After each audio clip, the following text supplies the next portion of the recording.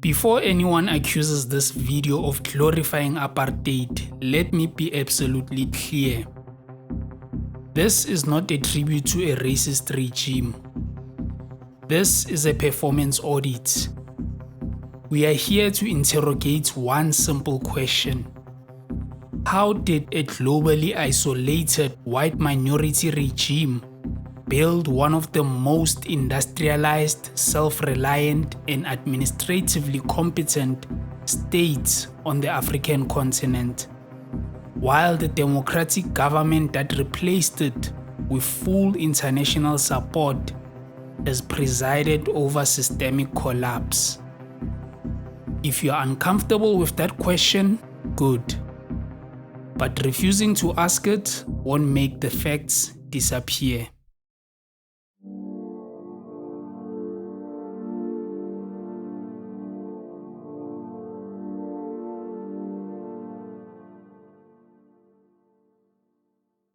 Step back to 1960s South Africa, a pariah state, isolated from much of the international community, with mounting global calls for sanctions. The apartheid government stubbornly committed to racial segregation and white minority rule, found itself boxed in economically and diplomatically.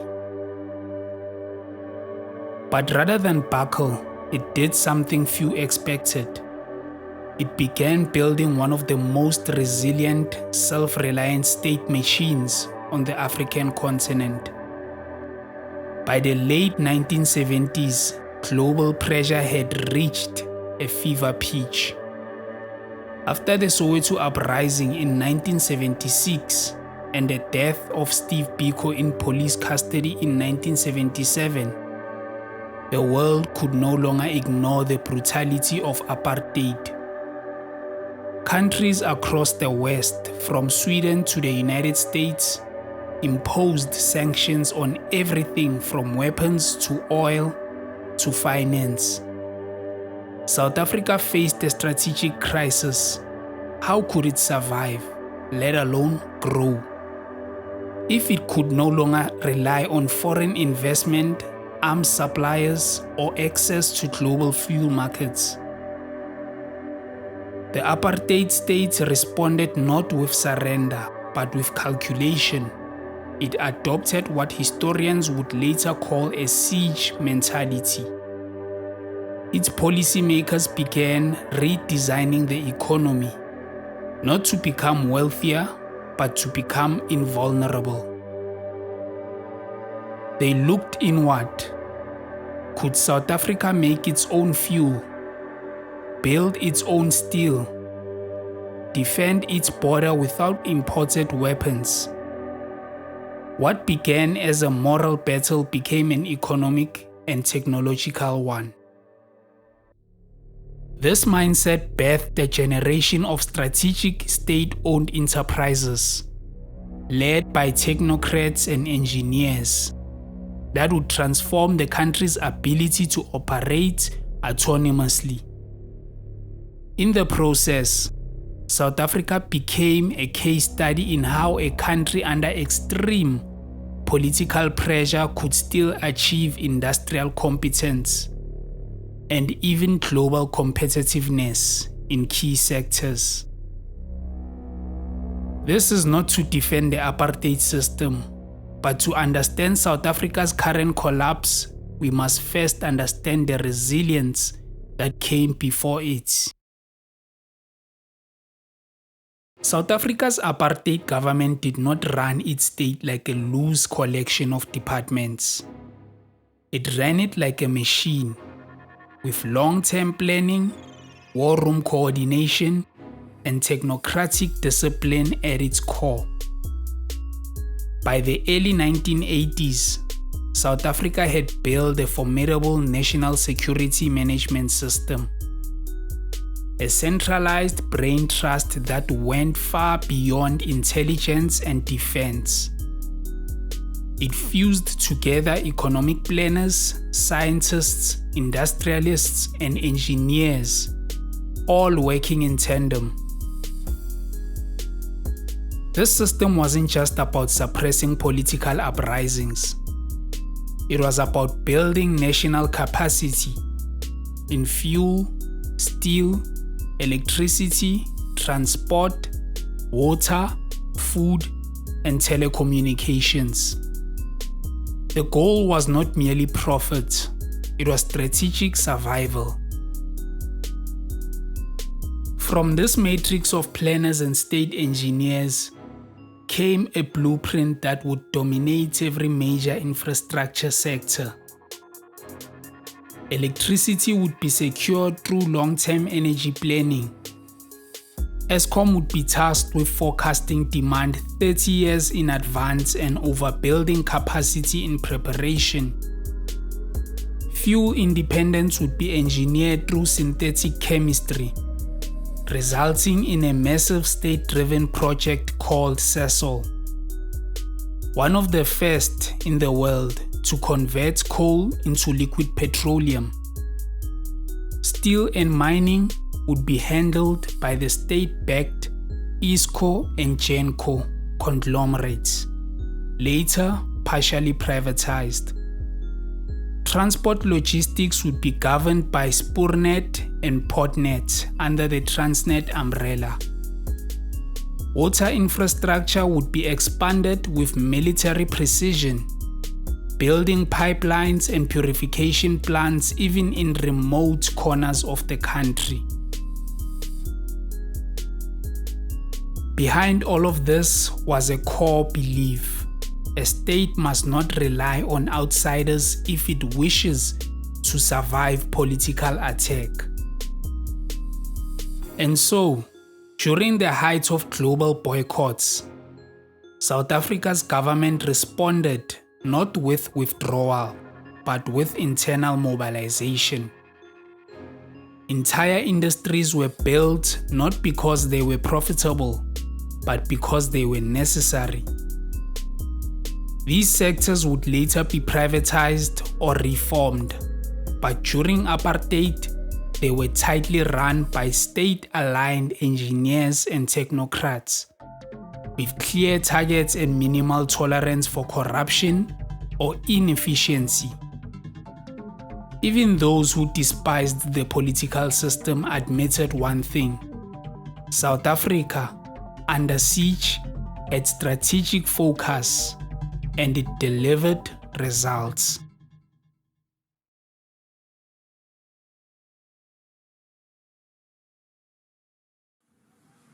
If there is one shining example of how the apartheid state turned isolation into innovation, it is Sasol. Today, most South Africans know Sasol as a publicly traded petrochemical company. But few realize its roots are in the state's quest for energy sovereignty during a time of growing global hostility. Let's rewind to 1950. That year, the government established Suid-Afrikaanse Steenkool, Olie en Gaskoöperasie, the South African Coal, Oil and Gas Corporation, or Sasol. Its mission? To convert South Africa's vast coal reserves into usable fuel using an advanced chemical process known as Fischer-Tropsch synthesis. Originally pioneered in Germany during World War II to make up for oil shortages, this process allowed countries without oil to make synthetic petrol from coal. The apartheid government knew it needed this capability and poured billions into research, infrastructure, and construction. By the late 1970s, this bet paid off. With the world imposing oil sanctions and Arab states refusing to sell crude to South Africa, Sasol stepped in to keep the country running. Its massive Secunda plant, one of the largest synthetic fuel facilities on Earth, became a lifeline for domestic fuel supply. But Sasol didn't stop at fuels. It expanded into chemicals, plastics, fertilizers, and industrial gases, becoming one of the few African corporations with a globally competitive products line. This was not just about innovation, it was about state strategy. Sasol was run as a strategic state-owned enterprise with a clear national mandate: survive the sanctions, fuel the economy, and ensure that South Africa never bowed to international pressure. Later, in the early 2000s, Sasol was partially privatized and listed on the Johannesburg Stock Exchange and the New York Stock Exchange. It became subject to shareholder demands, carbon compliance regulations, and legal battles over environmental harm. While still operational today, Sasol faces mounting pressure from global green lobbies and climate regulation bodies. And this is where the comparison matters. Under Apartheid, Sasol was an SOE aligned to national strategic interest. It wasn't perfect, but it was technically competent and vital to the economy. Today, its identity is blurred, caught between profits and politics, climate pressure and local dependence. In short, the same institution that once powered the state's defiance of global sanctions is now struggling to survive the indecision of a democratic state that can decide whether to nationalize, privatize, or penalize its industrial assets.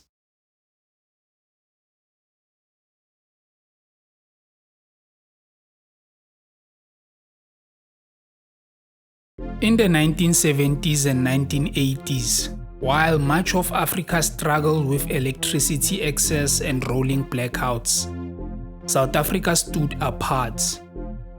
It had one of the most reliable and overbuilt electricity grids on the continent, powered by Eskom, the country's largest and most critical SOE.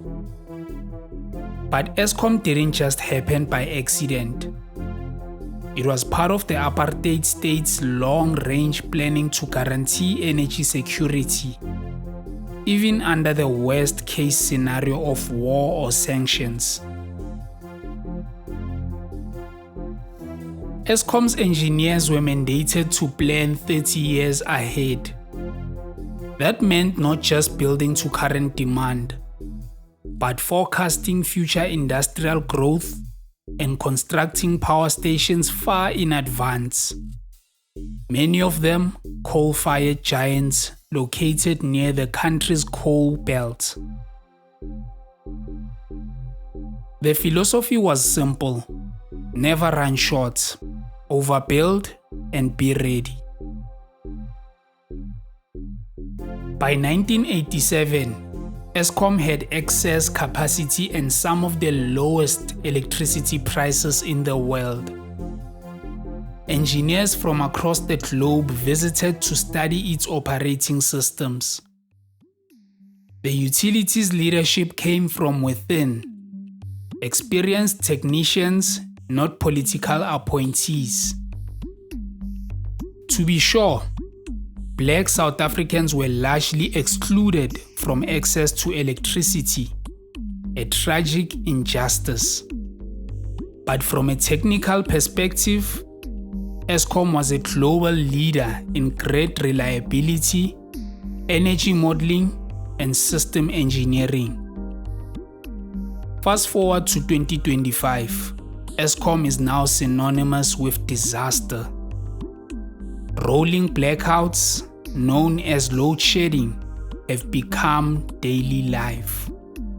South Africa now experiences over 1,000 hours of power cuts annually, costing the economy up to 1 billion rand per day.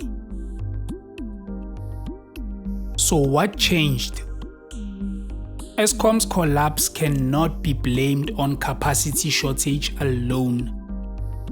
It was the result of cadre deployment of unqualified managers, state capture as revealed in the Zondo Commission, where contracts were rigged, power stations sabotaged, and executives enriched. Delays and mismanagement of mega projects like Medupi and Kusile, which cost over 450 billion rands but remain incomplete. Corruption in procurement, for example, 2 executives personally benefited from 540 million rand in deals with BEE-aligned service providers. In contrast to the technocratic leadership of the past, Eskom today is a political chess piece, run by shifting ministers, temporary CEOs, and procurement mafias. The most bitter irony, the infrastructure that still works today, the plants keeping the grid alive, are mostly those built under apartheid. Where apartheid Eskom planned 30 years ahead, democratic Eskom now barely knows what next month holds.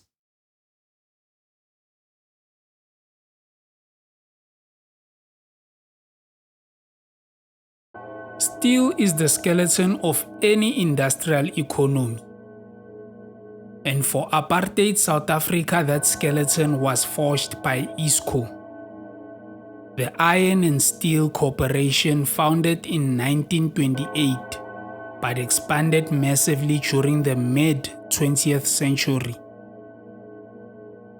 By the 1970s, ISCOR was a strategic SOE, feeding South Africa's shipbuilding, mining, arms manufacturing, and rail infrastructure with locally produced steel. Its flagship plant in Vanderbijlpark became one of the largest in the Southern Hemisphere. During sanctions, when foreign companies refused to sell critical inputs or equipment, ISCOR's in-house engineers began designing and fabricating locally. Technical schools and apprenticeships flourished around steel hubs. Everything from train tracks to pipelines was proudly made in South Africa. But by the late 1980s, the winds of change were blowing. ISCOR's partial privatization began under the last years of the apartheid regime in 1989. With full privatization taking place after democracy. In 2004, it became ArcelorMittal South Africa, part of the global ArcelorMittal Group. And that's where the story turns. Under private control, ISCOR, now AMSA, became a commodity player, not a strategic asset. Plants were mothballed, skilled workers were retrenched, investment dropped. By 2023, the company threatened to shut down operations, citing global pressures and local constraints. Today, South Africa imports steel from China, the very products it used to manufacture with pride. What was once a proud, self-sufficient industry has become a fragile shell. Buffeted by global markets, dumped goods, and energy shortages from Eskom.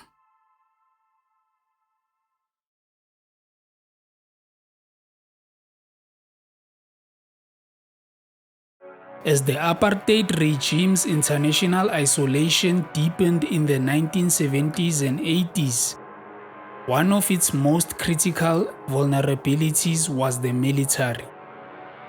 South Africa could no longer import weapons from traditional allies. The United Nations arms embargo passed in 1977 under Resolution 418 barred countries from selling weapons to Pretoria. For a government waging border wars in Angola, Mozambique, and Namibia, and suppressing uprisings at home, this posed an existential threat. The response was radical: build a domestic arms industry from scratch. At the heart of this effort was Armscor, the Armaments Corporation of South Africa, founded in 1968. Initially a procurement agency, Armscor quickly evolved into a weapons manufacturing and research and development powerhouse, overseen directly by the state. Denied access to foreign military hardware, Armscor partnered with state-aligned universities, private contractors, and even secretive offshore front companies to acquire, designs, reverse engineer foreign tech, and produce locally. From this shadowy ecosystem emerged the Rooivalk attack helicopter, designed and built entirely in South Africa. The G5 and G6 howitzers, long-range artillery systems still praised globally today. Indigenous armored vehicles like the Rattle IVF and Buffalo, optimized for mine resistance. Local manufacturing of fighter jets upgrades, light aircraft, small arms, ammunition, and naval systems. Many of these systems were combat tested during the South African Border War between 1966 and 1989, giving South Africa one of the most advanced military industries outside of NATO and the Warsaw Pact.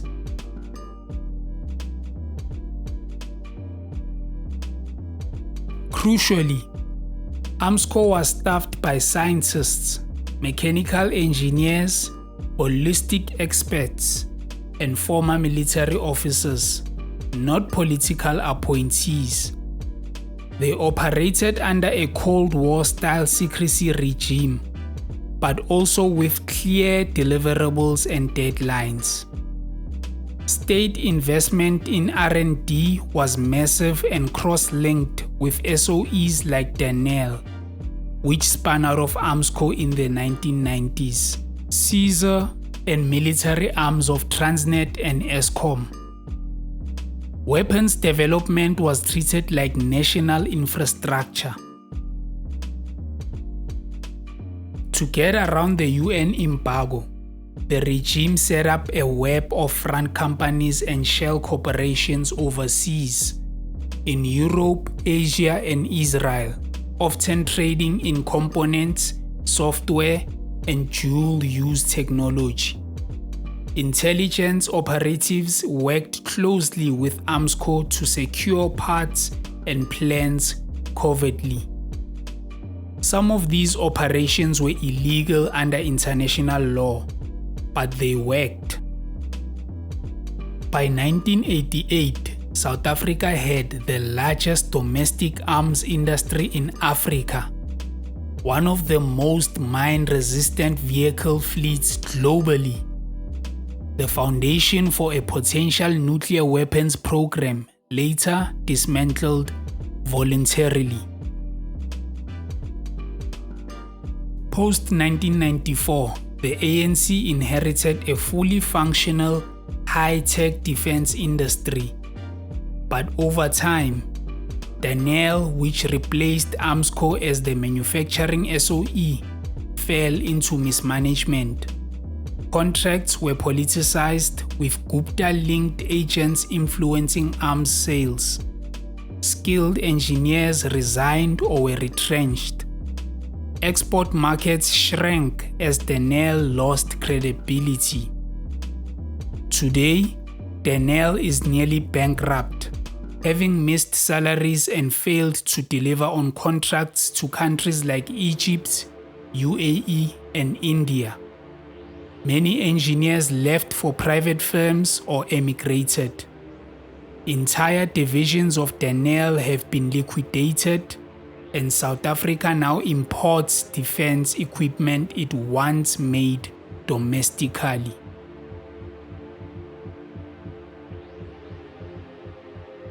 The apartheid state treated military independence as non-negotiable.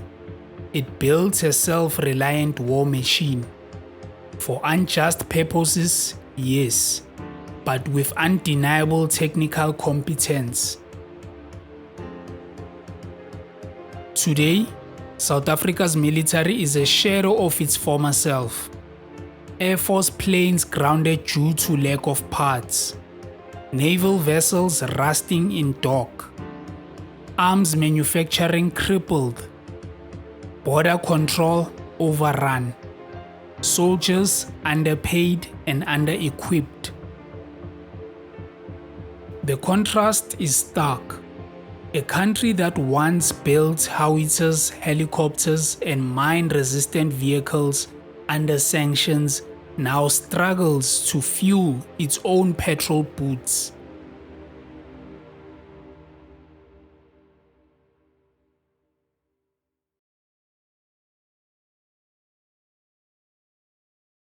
During apartheid, South Africa built a rail and port system that, while racially exclusive, was technically formidable.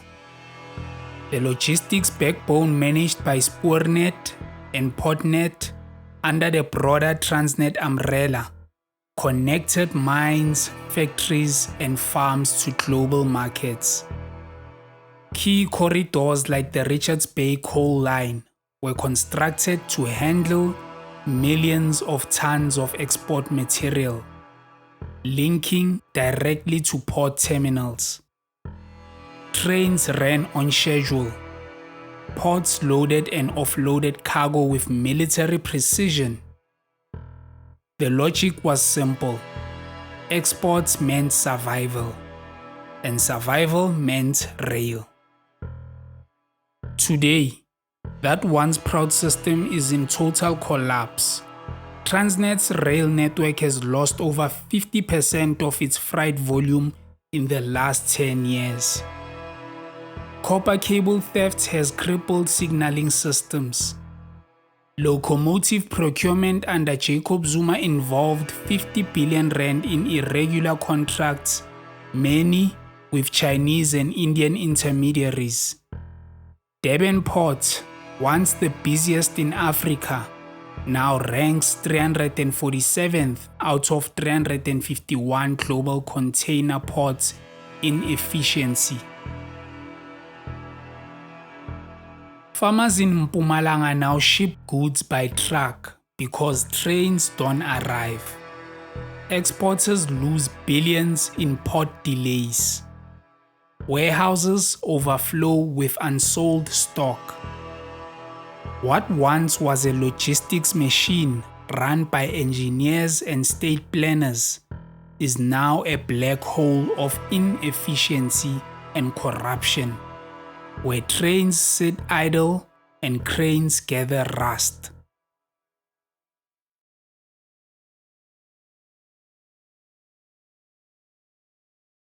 Agriculture may not carry the glamour of steel or electricity, but for the apartheid state, it was non-negotiable. Sanctions meant limited imports, so food production had to be self-sufficient. That led to one of the most organized state-supported agricultural sectors in the developing world. The government provided input subsidies, credit lines through the land bank, and engineering support for irrigation schemes. Farmers, particularly in the maize triangle of the Free State, were incentivized to produce surpluses, not just for local consumption, but to support industrial food chains. The results? By the 1980s, South Africa was a net food exporter. It had granaries full of maize, beef, fruit, and wine. Massive irrigation schemes like the Loskop Dam and the Valhards turned dry terrain into productive farmland. Food processing giants like Tiger Brands and Pioneer Foods rose alongside primary agriculture, forming integrated systems that stretched from plow to plate. Importantly, even under sanctions, South Africans did not starve. The state planned food like it planned fuel, strategically.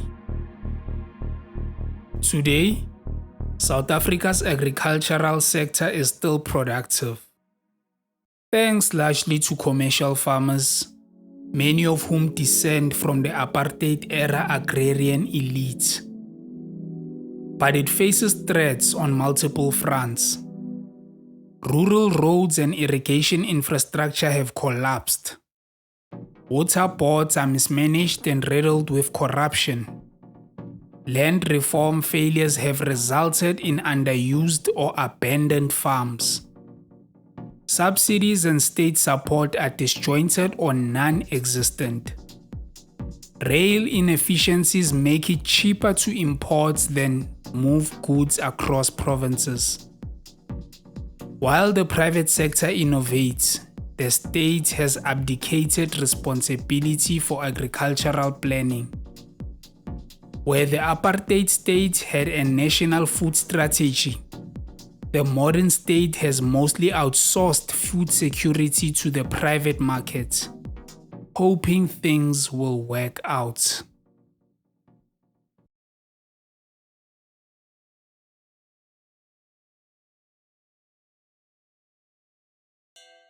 Mining built South Africa.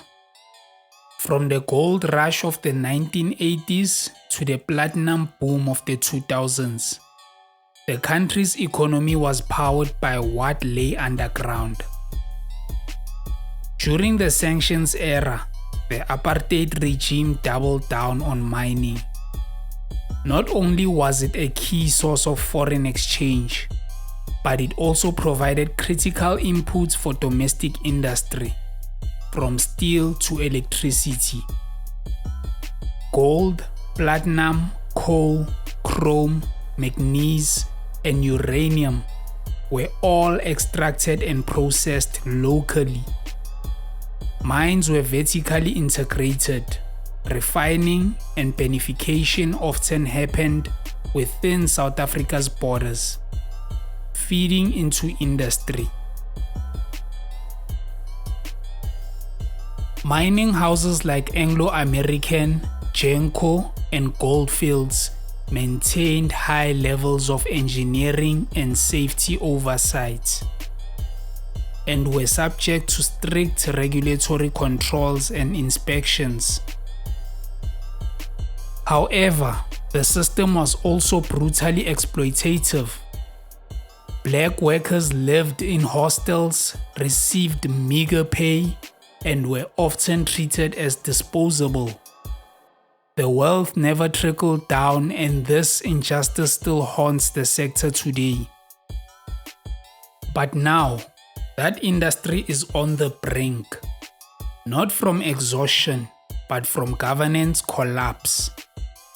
Illegal mining, or zamazamas, is now a parallel industry, with an estimated 30,000 illegal miners operating across abandoned shafts. These groups are often armed, operating in networks that stretch across Lesotho, Mozambique, Zimbabwe, and South African syndicates. Entire communities like Boksburg and Kagiso have seen violent turf wars over derelict mine shafts. Government oversight is so poor that in some regions, illegal mining rivals formal production. Critical mining legislation is delayed. Exploration investment has collapsed, and mining charter targets are politicized. Meanwhile, companies like Anglo Gold Ashanti and South 32 have relocated head offices abroad, unwilling to deal with regulatory uncertainty and safety failures. In 2023, South Africa ranked 75th globally in Fraser Institute's Mining Investment Attractiveness Index, down from the top 25 in the 1990s. The industry that once anchored the economy is now a liability, mired in crime, poorly regulated, and hemorrhaging talent.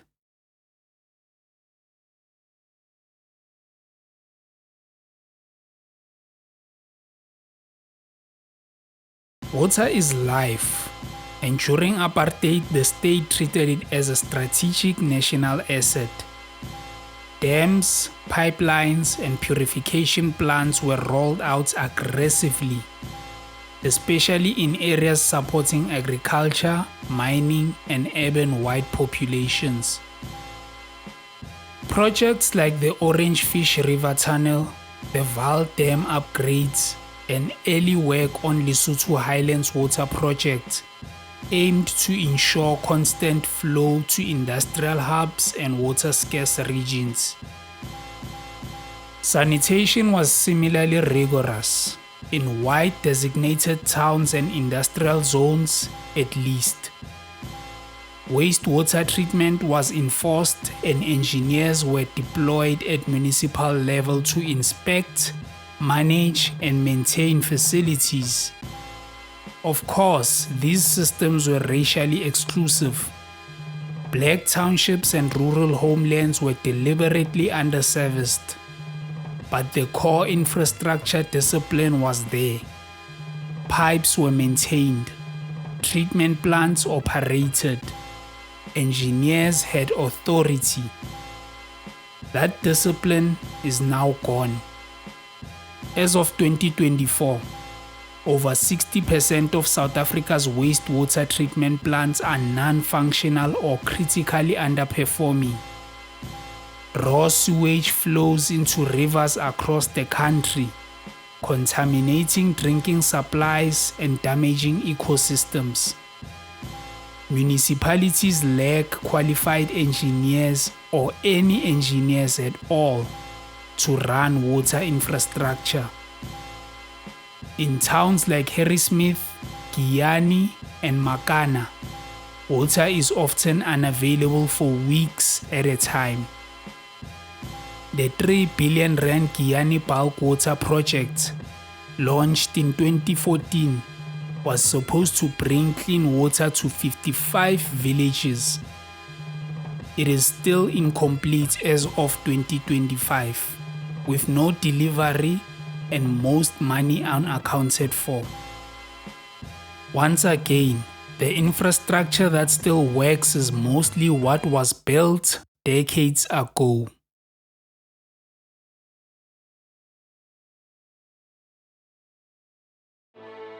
It's easy to focus solely on South Africa's failures since 1994. The corruption, mismanagement, and decline.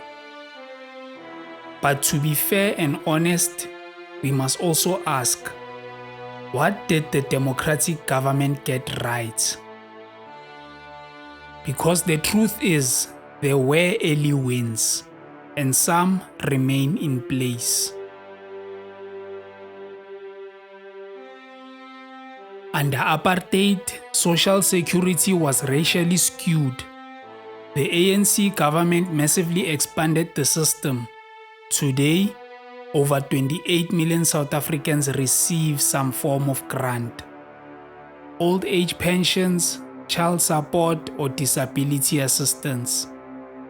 That's over 45% of the population, supported monthly.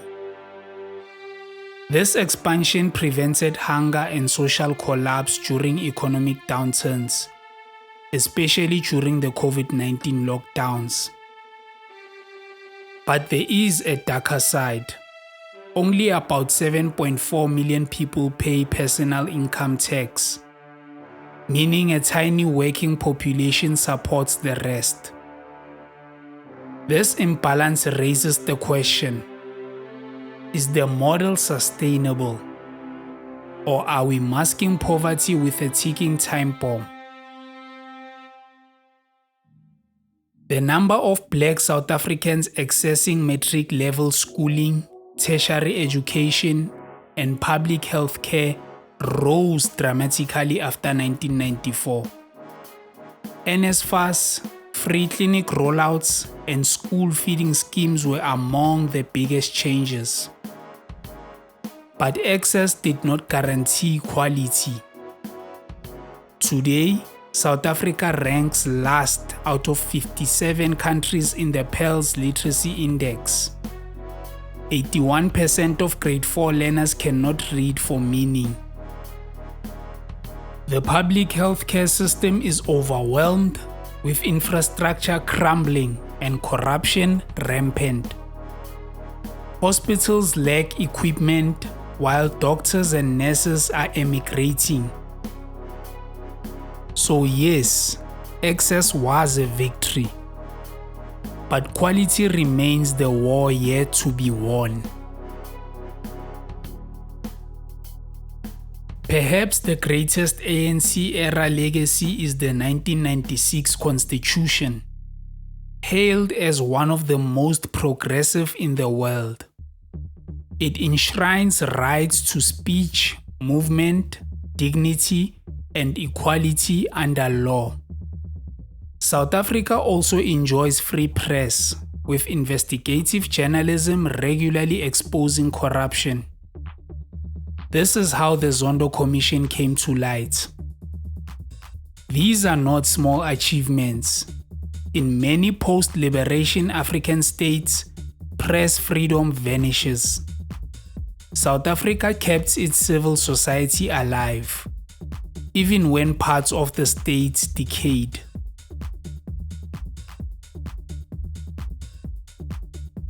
We'll dig deeper into BEE shortly, but it's worth noting the original idea behind BEE wasn't corruption. It was meant to correct the economic exclusion of Black people, to make ownership, opportunity, and corporate equity reflect the country's demographics. The intentions were noble, but the execution, as we'll now see, veered into elite capture.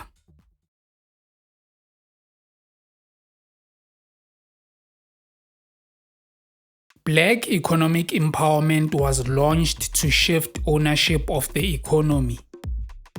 The logic was simple. Apartheid left the wealth in white hands. A just democracy needed redress. But over time, BEE morphed into something different. Not mass empowerment, but elite enrichment. Under the BEE scorecard system, companies could win contracts or improve government relations by selling stakes to Black investors, promoting Black executives, buying from Black-owned suppliers, and supporting Black training initiatives. In theory, this meant growth plus equity. But in practice, companies quickly realized it was easier to partner with politically connected individuals, often ANC-linked, than to build real Black-owned enterprises from the ground up. The result? Tenderpreneurs, politically connected individuals awarded contracts without capability. Fronting, placing black names on company boards without real control, chronic overpricing and poor service delivery across public procurement. The Zondo Commission detailed case after case of BEE being used to launder money, win contracts, and shield corruption. At Eskom, 2 senior executives personally benefited from 540 million rand in supplier deals routed through BEE fronts. State capture kingpins like the Guptas used BEE to insert their associates into SOEs and win massive contracts with no delivery. The passenger rail agency spent billions on locomotives that didn't fit tracks, sold by BEE intermediaries linked to ANC officials. Even President Cyril Ramaphosa himself became a poster boy of elite BEE deals. After leaving trade union politics, he became one of South Africa's richest men, largely through Shanduga Group, a BEE investment firm. One of Shanduga's early deals was acquiring a stake in McDonald's South Africa. Despite having no food industry experience, Ramaphosa's rise became the model. Politically connected individuals securing ownership not through innovation, but through BEE facilitated transfers. Shanduga also had stakes in mining, telecoms, and finance, including MTN, Standard Bank, and Lonmin. While legal, many criticized this as insider capitalism under the gaze of transformation. Ramaphosa wasn't the only one. Dozens of ANC-linked individuals from Tokyo Sekgwale to Patrice Motsepe became billionaires of BEE equity deals brokered through political influence. Fewer than 5% of black South Africans own shares in JSE-listed companies. Over 80% of BEE value creation went to just 20 individuals between 1995 and 2015. Instead of creating broad-based upliftment, BEE entrenched gatekeeping, where political proximity mattered more than capability.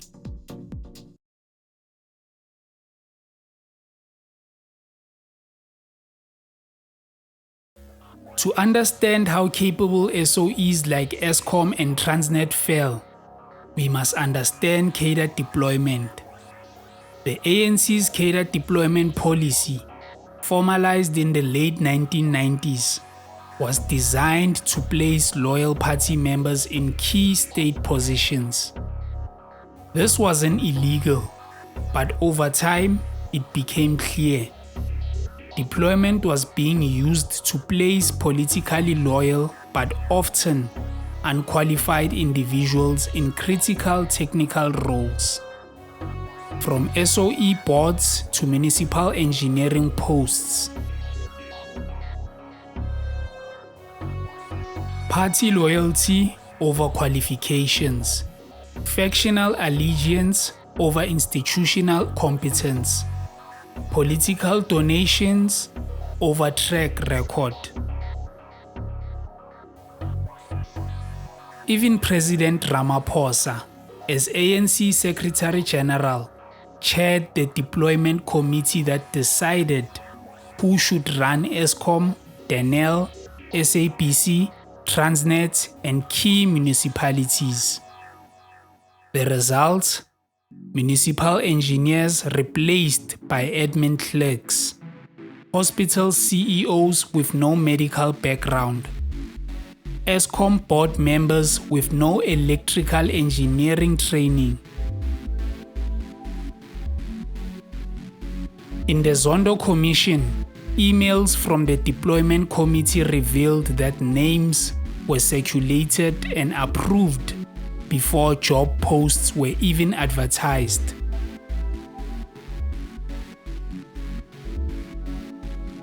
The state still exists on paper, with departments, budgets, job titles, but its capacity has evaporated. Decisions are often made for political gain, not public good. That's why sewage flows into rivers, trains stop running, power stations explode, and hospitals collapse. The state is no longer run by experts, it's run by networks.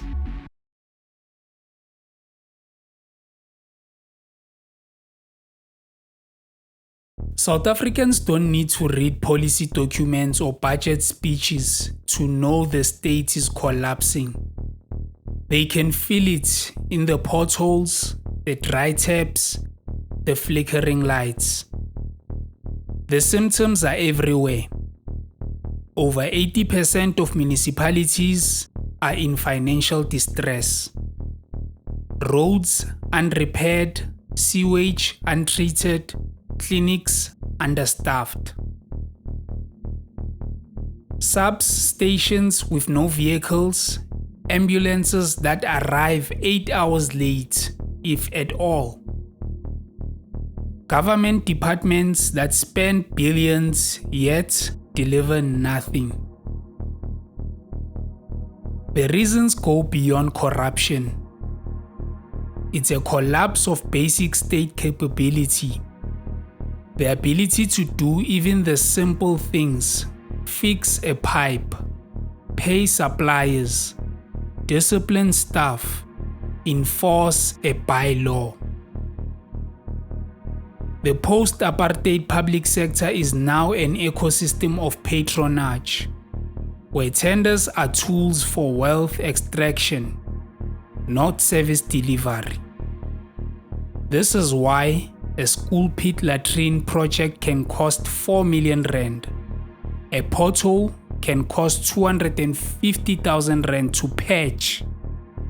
Water tankers are leased for 500,000 rand per month when they could be bought for half that. Even where budgets exist, capacity doesn't. Engineers have left, procurement officers are corrupt, politicians shield incompetence because they owe them favors. Where the apartheid state overbuilt for survival, the democratic state now overspends for decay.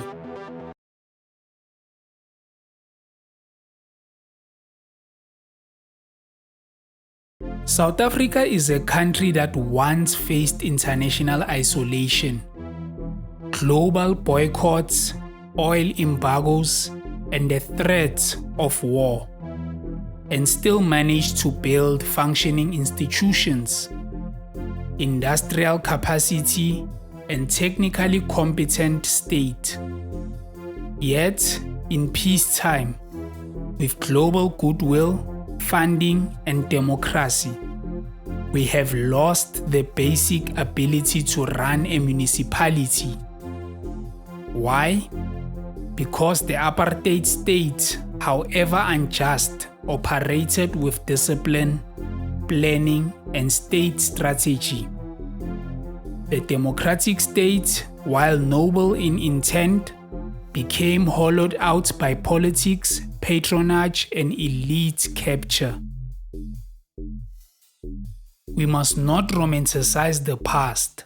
Apartheid was a moral abomination, but we must learn from its machine, how it built and maintained systems that worked, even under siege. And we must expose how our liberation movement, once a symbol of hope, became an engine of self-enrichment for the few, while the many suffer without electricity, safety, or water.